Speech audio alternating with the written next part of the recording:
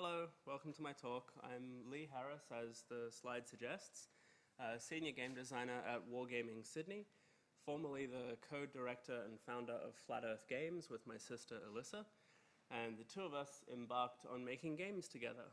And we made a spectacularly large one which blew out by every dimension you can think of, and this talk is about that game, the game's Objects in Space. So a little about me, just for context. I spent 9 years working at Rockstar Games in PR, and 8 years running Flat Earth Games with Alyssa. And during that 8 years, I spent 2 or 3 years part-time working as a games journalist. I wrote for all kinds of publications. Most notably, I was the founding editor on MCV Pacific, which you might know if you've been keeping up to date with industry news. And 2 or 3 years part-time as a game design teacher at AIE, which is the Academy of Interactive Entertainment. What's that for? Okay. Oh, I get a clicker. There you go. Awesome. Which button do I press? That one. Nice. All right. And for the past year, I've been working as a senior game designer at Wargaming Sydney. Cool. Okay, so just to give you a bit of an idea of what this talk is going to be, it's a little bit unusual, but hopefully it's of value. What I want to try and do is help everyone in the audience understand how our game went from being a 2-year production to a 5-year production. I want to visualize a lot of the decisions that got made that led to that happening so that it's an easy thing for you to absorb the real magnitude of what seemed like a whole bunch of rational choices along the way. Basically, I learned the hard way what it costs to not be able to properly scope your project from the beginning, and I'd like to try and spare you that pain. So it's sort of a diary of what happened to get us from our initial concept and what we wanted to build through to the end of it. So I'll first start by going over the game in very broad strokes, give you an idea of what it is so you have enough context to be able to follow along with the design decisions that I'm making. I'll start at the very beginning, explain the first couple of things we knew we wanted to try and make, and then go step by step through all of those reasonable design choices, to get us there. So by the end of it, you should see a massive tangled web of a flowchart, which will give you an idea of exactly what went into it all, and it should help to really solidify in your minds what the outcomes of all this were.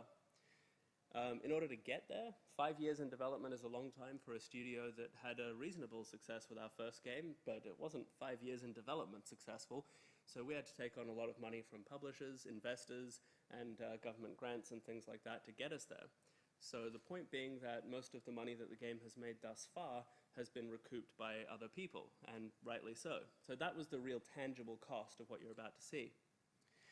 So picture this. It's late 2013. We've just released our first game. Towncraft was reasonably successful, but most of the contracting we had to do was out to sound effects people, musicians, artists, because between myself and Alyssa, we just didn't have those skills. She was a programmer and designer, and I was a straight designer, and we thought, okay, what's an idea that's going to help us make games without needing to rely too much on other people? What's something that really limits the art that's required? So what we thought was we would make this. So this is the bridge. I suppose I don't need the microphones too much. This is the bridge of the series Starship. It's the main bridge in the game, and you spend a lot of time here. All of those monitors are different screens on the bridge, which you click on in order to zoom in and use. So the ship is kind of like a submarine. You fly around in space. It's a big open world. You buy and sell goods, take jobs where you can get them, all the while trying to avoid pirates. You've got your sensor system in the top left, navigation screen down the bottom middle, and the fact that you can't look out the front window and see anything that's out there in space, we thought would save us a lot of money on art. And to an extent, we were right. It's just that was not as big of a cost in the grand scheme of what we tried to make as we thought. So that's the bridge. It's a fixed perspective. You use the arrow keys left and right to switch between the rooms of your ship. This is a close-up of the navigation map, and this is the closest thing to an actual representation of where you sit in the game world that you'll ever see. This is the engineering section, which somewhat resembles a flowchart, and you've got all the different components that make up the modules on your ship, so it tells them whether or not they're functioning and at what capacity.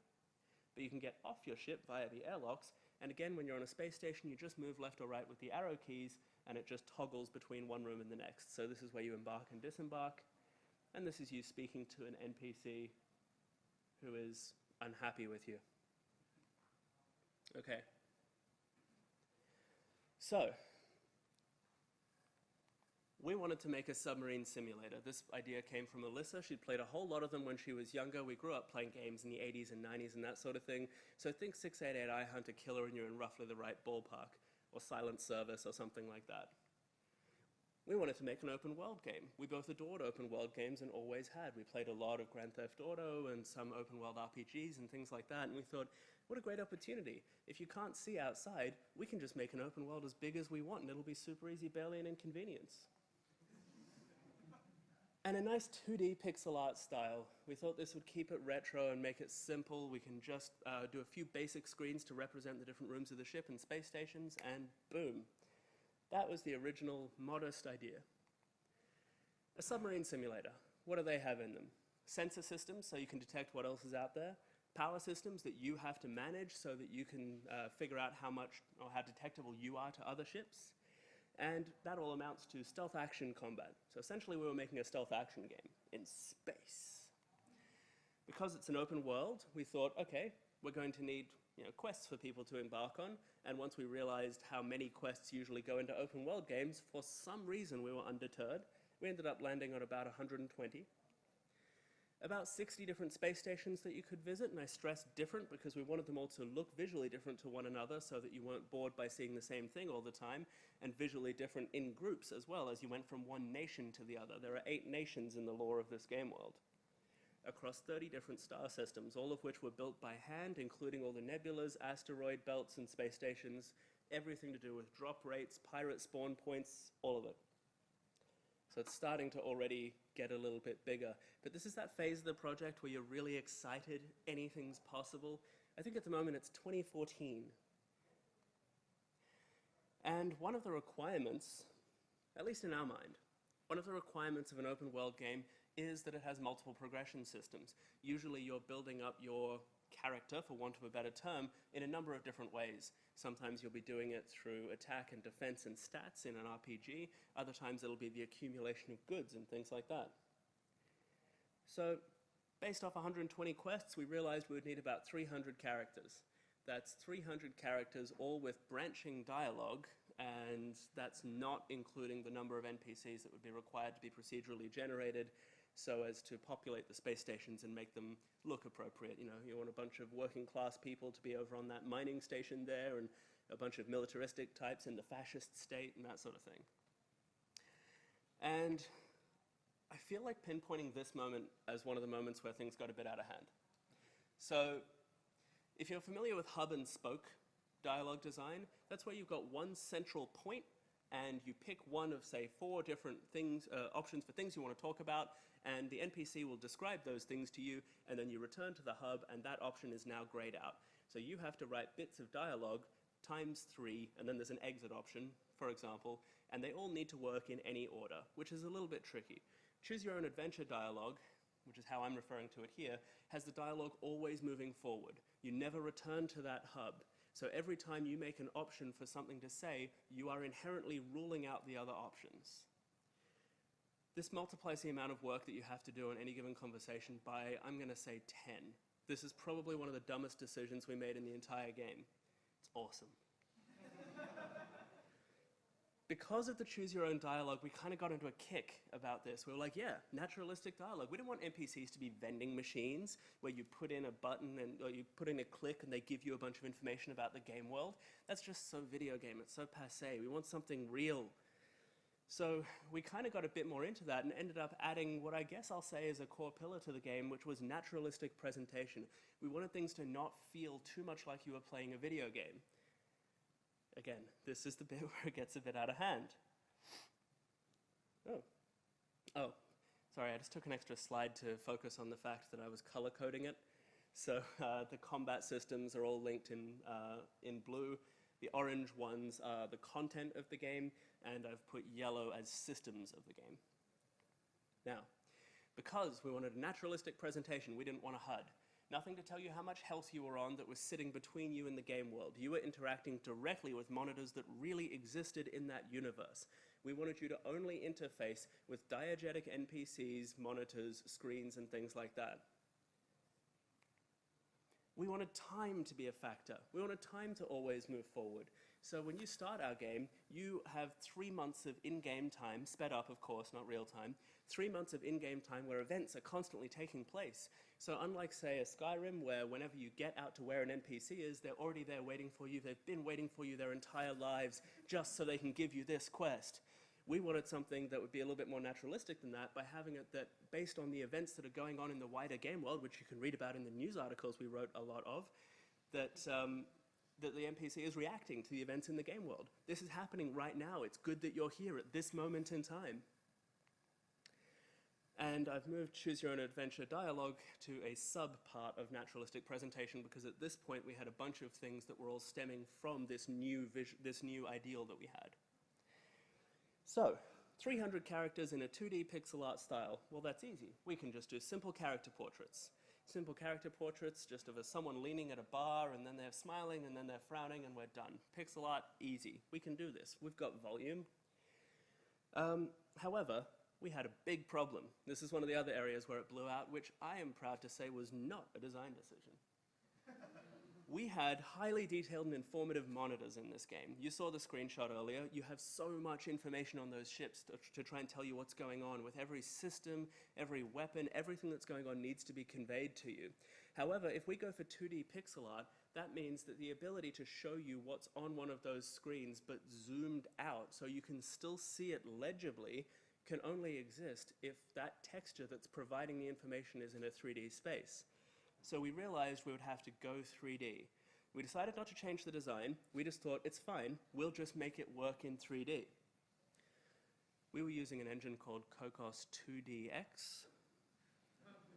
So we made the jump to 3D, which meant our 2D pixel art style was no longer one of our core elements. Instead, with a 3D pixel art style. So on top of making it 3D, we still tried to retain that retro feel. So some people still think our game is 2D until you see the characters animate, but we went for sort of a late 90s Half-Life-esque sort of lo-fi, low-poly style. So 3D pixel art style replaces 2D pixel art style. So no longer can we have simple character portraits. Now we need a modular 3D character design system for a 2D engine. We also need modular 3D assets that we can turn into space stations, and they have to have so much variety it's not funny. When you get out to one star system, you should know just from looking at where you are, I'm in Galileo right now. I'm in Parsis. Ooh, I don't want to be here. This is clearly a pirate space station. Uniqueness was a big part of what we were trying to provide. I'm going to go back for a second. There's one thing I haven't touched on yet, which was an interesting choice, and it comes back to one of the fundamentals. This is a stealth action combat game in an open world. Can anyone tell me why that was dumb? Show of hands. Who wants to give me something that might come up that could be a problem? AI? Yeah, a lot of it's required, but what about the AI? That if you move in any direction, or because it's so big, how do you determine when it can see you? Yeah, so how do you determine when an AI can see you in a massive open world? Actually, that's very, very close. Yeah. So from a design perspective, my problem with it is, let's take Assassin's Creed, for example. You enter into an area you're not supposed to be into, and the screen turns red, warning, you're now entering into a zone where you are wanted. If you're seen here, you're in trouble. And the player knows, okay, I got to tense myself up for this. If I get seen, I could die. But when you're traveling around the open world in Assassin's Creed, for the most part, except for a wild animal attacking you, you're just traveling, just getting from A to B. In our game, pirates are everywhere potentially, and you have to be managing your systems all the time. So that sort of like ebb and flow of be tense now and be relaxed now just didn't exist. It was permanent, subtle tension. So it's perfect for a submarine simulator. That's exactly what submarine sims are, right? Hours of boredom punctuated by moments of terror. I can't remember who said that, but I can't take credit for it. The thing is, hours of boredom punctuated by moments of terror works if you're playing a 2-hour scenario where you're getting into a sub because that's the contract you're signing and that's what you want. In an open world game, when you're spending 40 hours in there, do you really want that dynamic? That was the design problem. But the other problem that we had with it, so there was unknown genre design issues that we had to tackle, but the other problem with it was that that led to heavy player onboarding. If people aren't familiar with the rules of a game world because we're doing something which is highly unique, we need to educate them about what it is that's going to be different about our game. So when they're out there, we had to have a whole number of NPCs explaining to them, be careful, if you run around with your, all your systems turned on so you can see everything at a long distance, you're liable to get shot. We needed to educate the player with some early on safe spaces where they took serious damage but with very little consequence. So, pivoting slightly, deep lore was part of what we considered to be fundamental to an open world. For reference, the wiki that drove the narrative of this game, which we handed off to the 12 writers who helped us piece the story together, was about a year or two's worth of work on its own. I keep wanting to release it, like just release the whole wiki publicly so people can dive in, but apparently it's difficult. There's web hosting issues. I don't know. I'd have to ask Alyssa. Anyway, so deep lore was a part of it. And deep tutorialization comes from having to do heavy player onboarding. Deep tutorialization plus deep lore equals an entire prologue chapter that was linear and took at least half an hour or 40 minutes to get through. Trying to build something which is linear out of something that was designed to be open world was a heck of a challenge on its own. Multiple progression systems, I want to highlight that one again, means that we need to educate the player about 15 different things at once in a short space of time.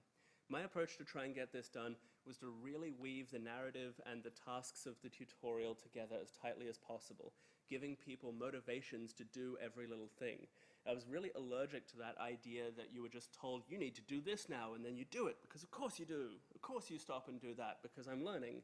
I wanted it to just feel seamless. You spend a bunch of time in the world, you don't even realize the tutorial has ended. You never even realized you were in the tutorial. You just spent all of your time learning things because you're getting better at the game. So incredibly seamless, mixed with an open world, separate chapter. So let's go ahead and take these multiple progression systems and feed them back into what essentially became another core pillar of the game midway through development, and that's player freedom. A big part of this is because open worlds, when you think of an open world, you think of player freedom, right? You think of the ability to go anywhere you want. You see that mountain, you can climb it, says every person at E3. So, yeah, we wanted player freedom in our game as well. And I'll get to why that's so difficult. So, this is where it's at the moment. I just thought we'd take a breath, take a look at the current state of the flowchart. I think we're about halfway. So, we wanted to play a character which did not have an actual backstory themselves. When you think of an open world game, you generally think of a player character that is newly arriving in a place. Our setting was a distant series of star systems, a cluster that was far away from Earth, 10 light years away specifically, and we wanted a player that was new to that environment, even though the core narrative was that this world was completely cut off from Earth and had no more ties to it. So our prologue chapter ended up being that your character was on the colony ships that were first coming, and when they did their final jump to get through to the Apollo star cluster, something went wrong and you appeared 44 years too late. So most of your friends are now dead. You get to keep the ship you started in because of a mildly comedic moment where they're like, yeah, they just wrote that into law, you're fine. And you can go about your business. So the Cypher player character and the linear prologue chapter together sort of tie in nicely. The problem there being that it's a lot harder to write something when the player is the character.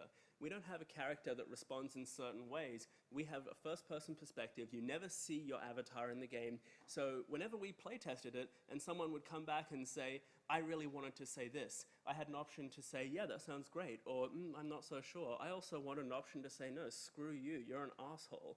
And I'm like, well, there's no player character that I can use as an excuse to mediate this exchange, so sure, I'll add it in. And of course, every time you add in one extra branching dialogue option, you're actually adding 10. So that was a fundamental thing, not just of the tutorial, but of the wider game. Because we were going for a naturalistic presentation, we also didn't want to do a hero's journey. There's no main quest line in Objects in Space. You think of something like Skyrim, and the idea that you're trying to follow the main storyline and then can go do side quests. For ours, we were kind of trying to evoke this you're a small fish in a big pond at the start and at the end mentality. So as you're going around the game world, you might be the hero of one individual small person's story, but there's no big alien invasion, you're not saving the world, you're nobody and you're nothing. And this tied into some heavy themes around capitalism and alienation, which I won't go into. Unless you want me to, just tell me later on. So, we had to rewrite a whole lot of the stories. And again, 12 different writers wrote something like 120 to 130 different scripts, all of which had to somehow feel like they were written roughly by the same person, or at least harmoniously exist in the same universe. That happened, and I had to go and rewrite to make sure that any time a player wanted a new option, as long as it was a reasonable one, not cowboy banana elephant every time they wanted to speak, that they had that option. So that took an awful lot of work. Then, we had another technical glitch. We had to separate all of the star systems. As you rightly pointed out, one of the problems with an open world game with this much submarine simulation style combat in it is the number of calculations that are going on to figure out whether one ship can see another are massive. They're really CPU intensive. So we had a maximum cap of maybe a dozen or so ships that could be tracked at any given moment, and the best way to make sure we weren't overloading ourselves due to one of the engine limitations was to separate each of the 30 star systems. When you jump from one to another, it completely forgets everything that's behind you. So this starts to get into some hairy territory that combines a number of the problems that we've had. So you can use your jump drive to jump from one star system to the next. You get into a quest that says, can you please go over here, but be careful, it's dangerous. A pirate fires a torpedo at you. Oh no! I jump away, I jump back, the pirate is gone. That was a design problem that I had to solve. We couldn't get around it from a technical perspective. The solution we ended up going with is that jump drives are incredibly noisy. When you're spinning it up, which takes a good 30 seconds to a minute, everyone in the entire star system can see you for miles around. You need to be in the correct quadrant. It's an arduous task to set your course properly, and you need to be stationary before you can make the jump. All of those things combined to make sure that players couldn't just easily cheat their way out of situations. But we had another problem here, which is broken ships. Multiple progression systems, players can customize their ship customization and broken ships. I think I added both at once. So ship customization follows on from the basic tenet of player freedom and multiple progression systems. You should be able to build your ship in any way that you want to, fill it with parts that are nice and quiet, load it up with heaps of weapons or no weapons at all so that you can play it stealth, you can be a massive cargo liner with lots of defense, you can be an attack ship and go for bounty hunting, not separated by class because that's arbitrary and video gamey, and we'll have no arbitrary video game things in our game. So no picking of classes, you just make the ship that you want to make and it'll be better in one direction or another. Which means that in theory, someone could make a ship which is so awful that they undock and the damn thing doesn't move. How do I solve that? I don't like the idea of someone being stuck in space forever. Having a dead end that you didn't really clearly telegraph is just a horrible piece of design. So I had to figure out, well, can we just not have them be allowed to undock unless their ship is actually space-worthy?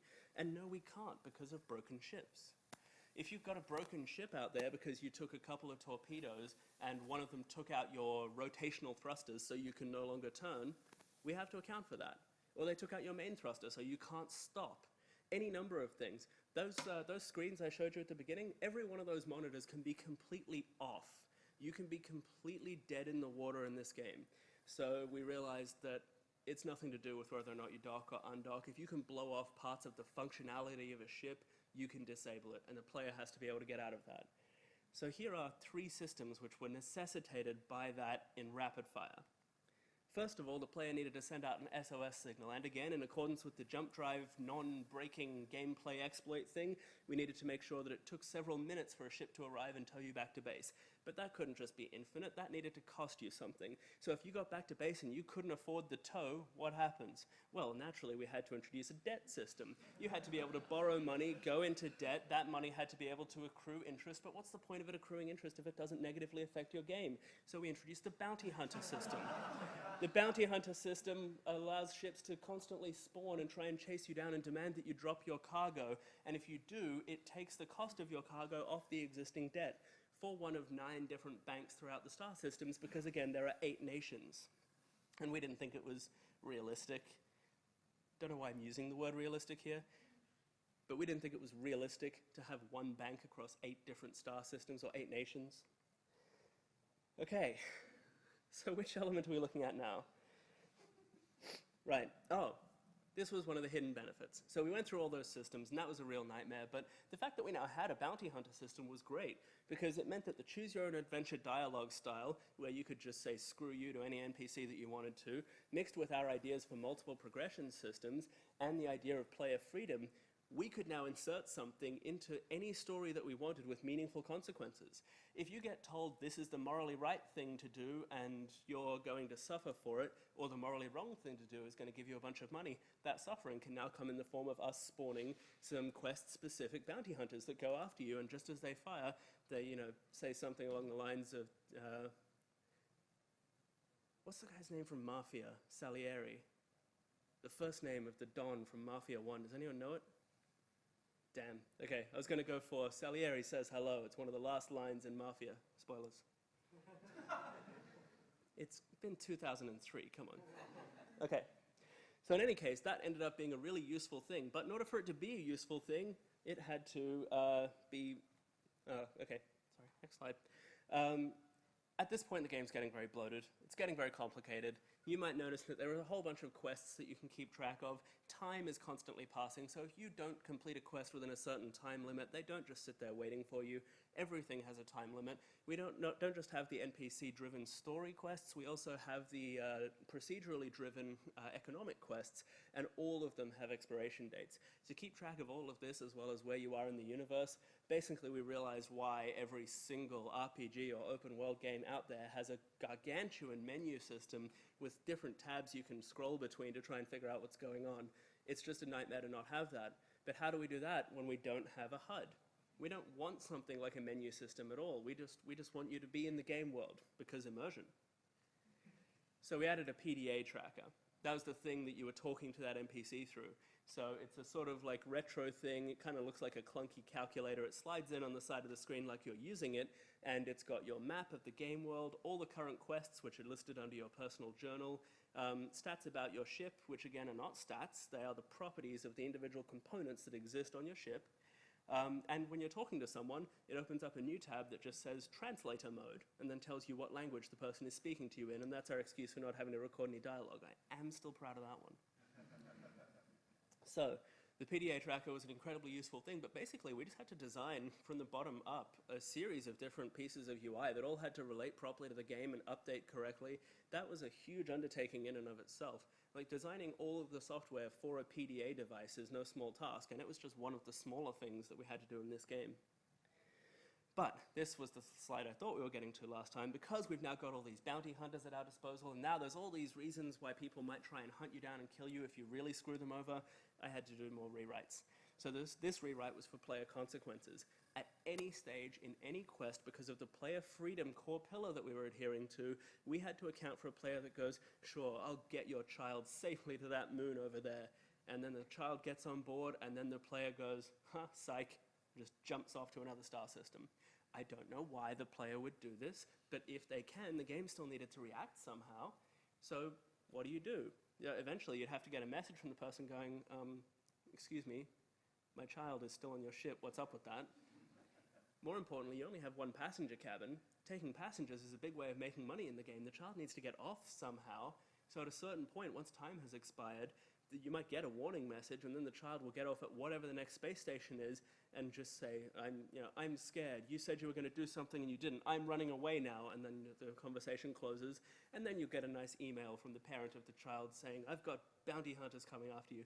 Why they can afford bounty hunters but not to transport their child, I don't know. This was a made-up example. So, another rewrite. So, yeah, that's the third one, I think. Now, in order to keep in the idea that this is a naturalistic game, we wanted an engineering section, which I showed you earlier. Every part in the game really exists. Every part has a brand. Every brand has a speciality, whether it's defense, low emissions, so you're nice and invisible, or anything else. So that was a massive system which governed all of the damage. Underneath that, we had to buy and sell all of those parts. Every time you're on a space station, there had to be a buying and selling screen available to you where you could buy and sell things. Sure, makes sense, it follows, whatever. We started putting that into play in early access, and people were like, I only want to be able to buy my favorite brand. I'm like, oh, The lo-fi pixel art style of this meant that we were working with about 320 by 200 pixels on a complicated UI screen that had to tell you what you had for sale, what you had on your ship, how those two things compared, and now they were asking us to add filters and options and things which frankly are standard in really big complicated games, but 320 by 200 pixels. So we had to add filters and options, and that was an absolute nightmare. And here we are. So this is the gargantuan, messy end of what objects in space is. The red ones, by the way, are just particularly thorny ones that I thought were worth calling out. This is what objects in space is, although I hasten to add that I've probably left off at least half a dozen major systems for the sake of brevity.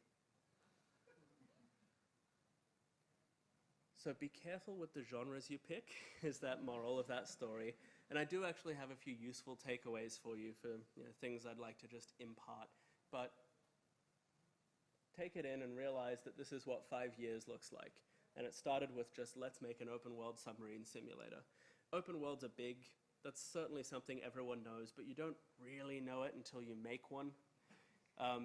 And the naturalistic and player freedom tenets amplified the problems that we had massively. If either one of or both of those two had been cut, maybe we could have actually delivered this thing in a smaller time frame. And the amount of reward that we really got for the player by adhering to those core pillars, it existed, it was there, but it's not that important. If you're flying around in the game world and you're missing stories that are going on the other side of the galaxy because time is passing, the player doesn't know that. You're not sitting there being told actively you just missed a quest, and if you were, what good is that to you? I'm sorry, I'm flying around doing the thing you're asking me to do, being an independent trader, and you're somehow telling me I'm being punished? So it had to be invisible punishment. If it's invisible punishment, it's not really punishment. So it's just arbitrary. It didn't really improve the player experience as much as we would have liked. Typical playthrough of this game, you might see a third of the quests. In any given quest, you'll probably end up seeing about a quarter of the potential dialogue. Most of the content that we spent ages writing, people didn't see. To give you an understanding of this, according to our publisher, there are over 500,000 words of dialogue in this game. Did I mention this was written by a dozen or so people and then just myself and Alyssa, and yeah, it's a small team. So, how, if you're a designer who also has to do the hard work of saying no to yourself, might you avoid these things? Well, what I would suggest is there is a way around this. You just have to be incredibly disciplined with yourself and avoid putting something in because it would definitely be cool and having that be the end of the conversation. It's easy to see the benefits of a feature you've come up with, but try to tell yourself, is it worth it, is very tricky when you're trying to be the prisoner and the prison guard at the same time. You do not need a full design document before you set forth on something like this, but trying to list and itemize every expectation that you can think of from the genre that you're choosing, doing a little bit of research and going, this is everything that's expected of us, and these are how those things interact with the other core mechanics for the core loop that we're putting together, and you'll start to see some of the things emerge that we've discussed here today. Hopefully that'll give you an idea of just how big and bad the project is. So do that due diligence, look at the expectations of the genre, and then figure out, has anyone done this before? Has anyone done a submarine simulator in space? No? Okay. So there are a lot of unknowns. Those unknowns are going to be risks which might or might not blow out and we won't know until we make them. If someone has done this before, if someone has done this blend, look at what they've done and see which design problems are already solved. There's no need to reinvent the wheel, especially if you're doing a really, really big game. So once you've figured out what your game is supposed to be, before you put any work into design, see what else is going on. See if other designers have had these challenges. Ask designers in your industry if they've had to solve these problems before. Maybe they haven't, but maybe they know people who have, or have been to conferences you haven't, and that sort of thing. So you kind of want to try and weigh up every design decision that you're making. And there are a few steps to that. The first one is you need to be conscious that you're making a design decision. So when your programmer, for example, comes to you and says, should you be able to go into warp while at full speed?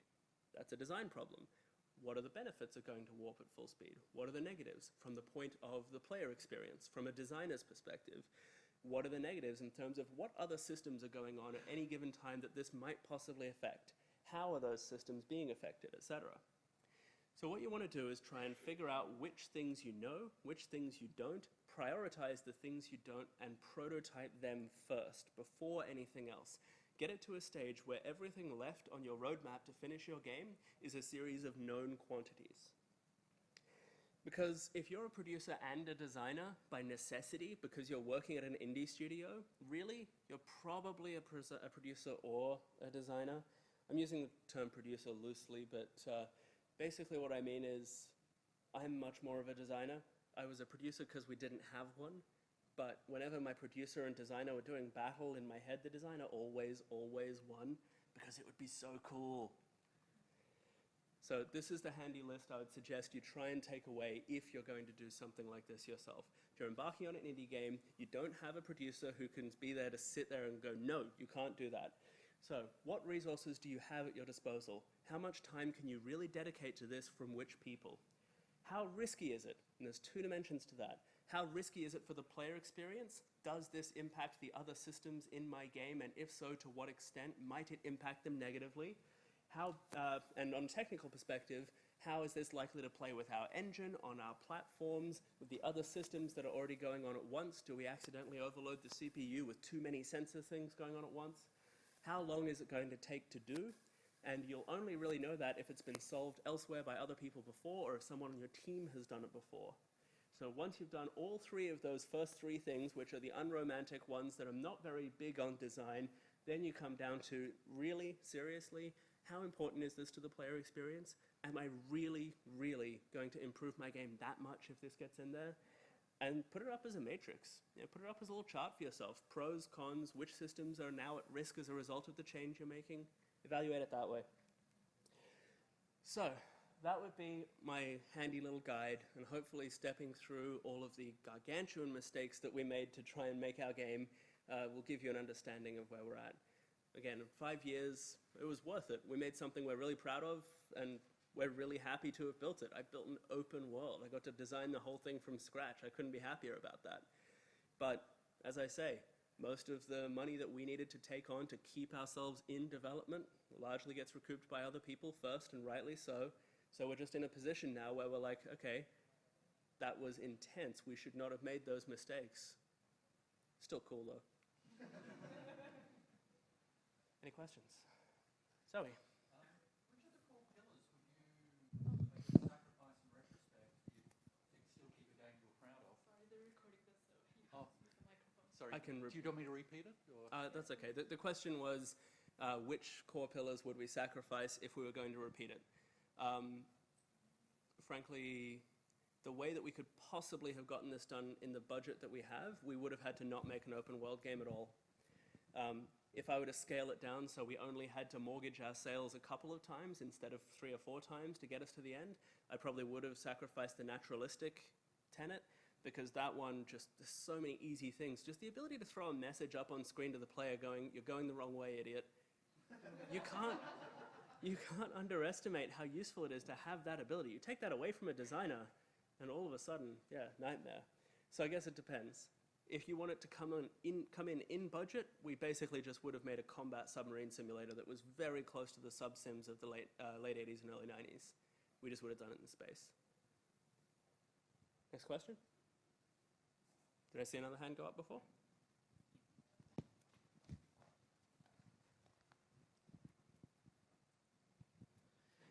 This is slightly off topic, but how on earth did you manage to successfully refund so many times? Like, how did you convince new investors that you weren't just like vaporware? Good question. Did I mention my background was in PR? In all seriousness, that helped a lot. Having the ability to pitch something and knowing what someone else is looking for and what they want to hear is a really valuable skill. I've pitched for different grants and things 5 times, not just for Flat Earth, but for previous things as well. I used to work in startup, and yeah, every time I managed to get successfully funded for whatever it is I was pitching for. They were only small amounts, but yeah. When it comes to government grants, the suggestion I would make is get on the phone to whoever it is that's going to be looking over the grant applications, figure out what they're looking for, what they want, what they're really trying to get out of applicants, because they have money, they want to be able to give it out so that they can get that money again, so they can give it out again, and then the whole miserable cycle repeats itself.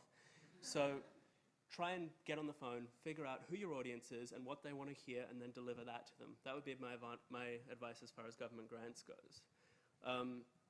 As far as getting private investment and a publisher on board and things like that, most of that came because they kind of saw what we were doing was cool and unique. We got approached in both instances by people who wanted to help us out, who wanted to come to us with funding opportunities and say, what you're making looks dope, can we help out in some way and make money off it in some way? But I'm focusing on the former. Basically, we went to shows.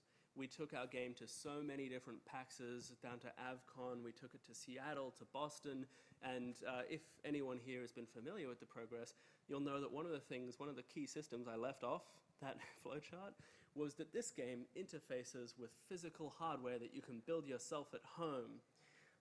That took a huge amount of time. We had it going through Arduinos and a virtual serial port, so you can make something with physical switches, levers, and gauges to simulate the experience of being in your own ship. Then we built one ourselves, and we took it to shows. And that was amazing because we got all of this great press. People were saying, check this out, these absolutely insane bastards built a whole ship that you can really use.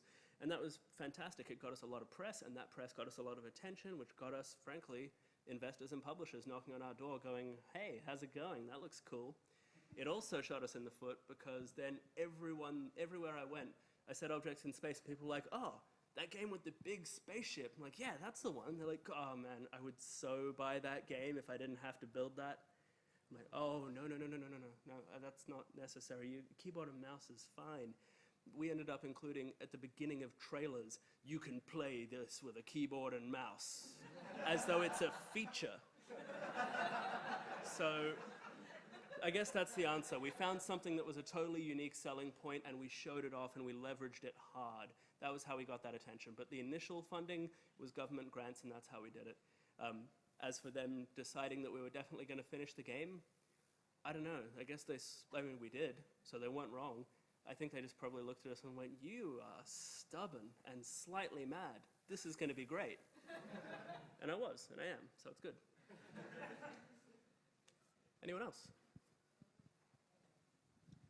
You mentioned already about refinancing, but how did you, especially as the scope blew out and you started to realize the daunting pressure that was putting on, how did you manage mentally over the course and sort of keep that from blowing out your own internal deadlines, especially when you took on publishers and you had to deal with their deadlines?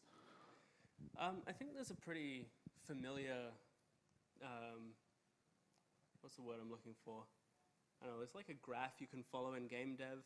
There's this period of absolute excitement where anything's possible and all ideas are on the table and people are just excitedly throwing around what this thing is going to be, and you're starting to build it and you're like, oh, it's starting to work, it's starting to work. And then you enter into the long hell of the pit of despair as you realize that now you've got to try and make enough content for all those things to work and spend all your time polishing and bug fixing. So that pattern, as far as I can tell, wasn't any different for us than it was to anyone else. It was just more protracted. The fact that we had to be in that long sort of, pit of development hell for years on end, I don't know if there was a specific thing we did to manage it. We actually both did seriously suffer some major depression trying to get through to the end of this game. In the last year or so that I've been working not as an indie, working for a company that pays me every 2 weeks. 2 weeks. They give me holidays if I want to. I don't have to try and pitch my game concepts, otherwise I run out of money. And it's night and day. I actually was very surprised because I think as we got into that really dark patch, we got there slowly. As you've seen from the flowchart, this all happened one piece at a time. We didn't realize all of a sudden that we were in this place. We just got there. But going and getting back into full-time work, that was very, very different. I can hold conversations a lot better now. I can retain information a lot better, like actual cognitive deficiencies that were existing in me throughout the largest part of development of objects in space are no longer a thing. So on every level, I can see the difference now, but it's really difficult to tell when you're in there. So I think the reason why we managed to make it through is because what choice did we have? Were we going to stop and have nothing to show for it and have taken on all of this money? Alyssa and I are both very guilty feeling people. If someone gives us some money, we're like, we have to pay them back come hell or high water. It's really important to us to get things back onto an even keel. So it was stubbornness, it was sunk cost fallacy, and it was not really seeing the cloud we were in until we got out of it.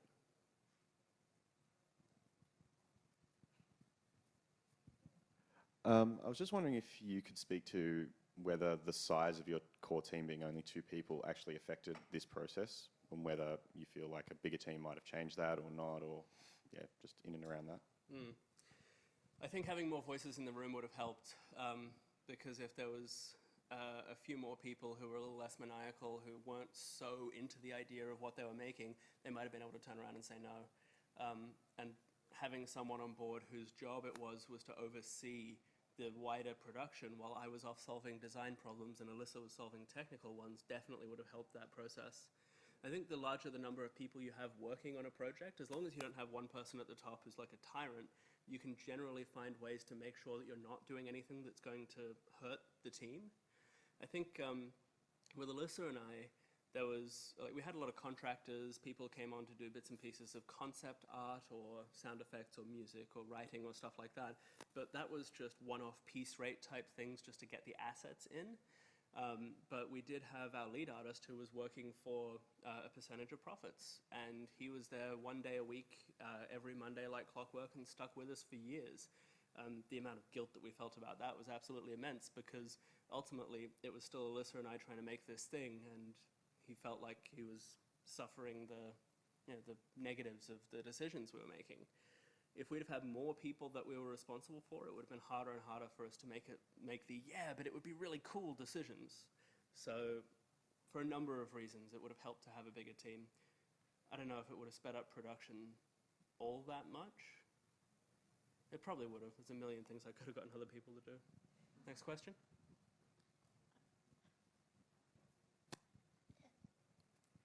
Hi. How did it affect your relationship with your sister?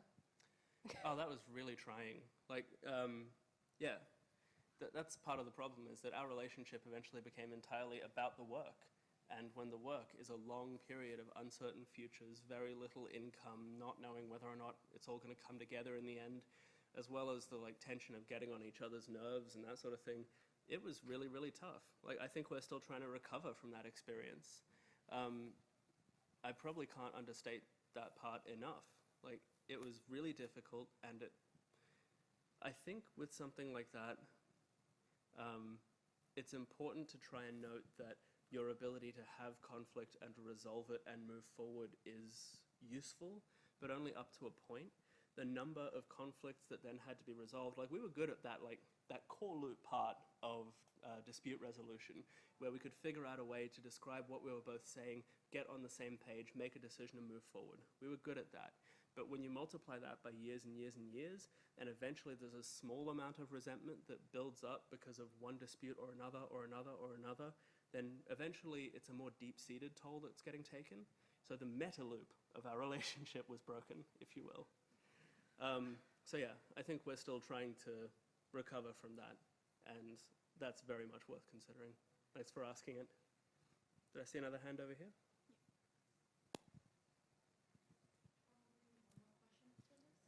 One more after this one? Okay. Hey, did prototyping hint at any of these problems that you faced? No. We prototyped the core loop of the game. Prototyping a massive open world is a difficult and different thing, and the amount of content that's going in is really the main thing that sets it apart from other types of experiences. So, yeah, we prototyped the core loop and found a tight combat system that was awesome, and then built an open world around that, figuring the two would be independent of one another. So all we saw from our combat thing was, wow, if we just tell people there's a torpedo out there, they have the same terrifying panicked reaction that they would if they could actually see it. People's imaginations are great. This is going to be awesome. I don't know which hand went up next. You mentioned briefly that you moved on to wargaming. You have the stability there. What's Alyssa done? Oh, Alyssa's a programmer over at Blowfish Studios now. They are sitting immediately behind you and to your right.